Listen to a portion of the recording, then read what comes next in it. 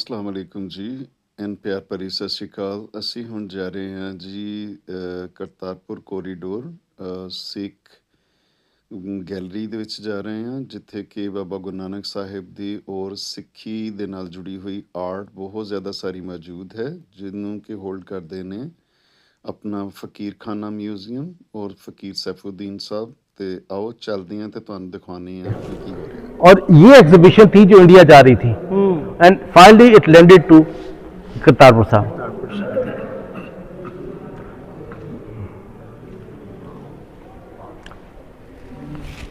Gurmukhi and English, ये भी इरफान कुरैशी साहब का काम है।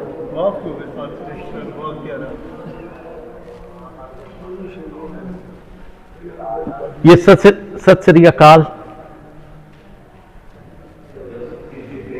कि जो इस आर्ट को देखेगा वो पूरे का पूरा इसका मतलब भी उर्दू में या इंग्लिश में समझ जाएगा। तो तमाम लैंग्वेजेस को हमने, दोनों इंपॉर्टेंट लैंग्वेजेस को, उर्दू भी और इंग्लिश को भी हमने इकट्ठा किया। निशान साहब, सतनाम वाहे गुरु, निशान साहब बाबा गुरु नानक, निशान साहब और एक ओंकार।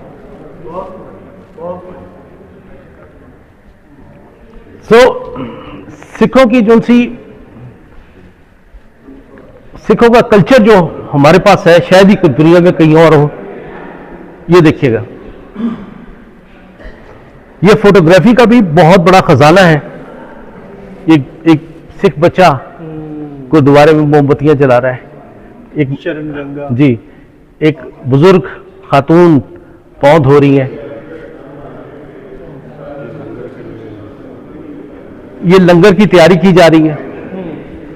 यहां पर ये दुल्हन है, शादी के लिए यहां पे आई हुई।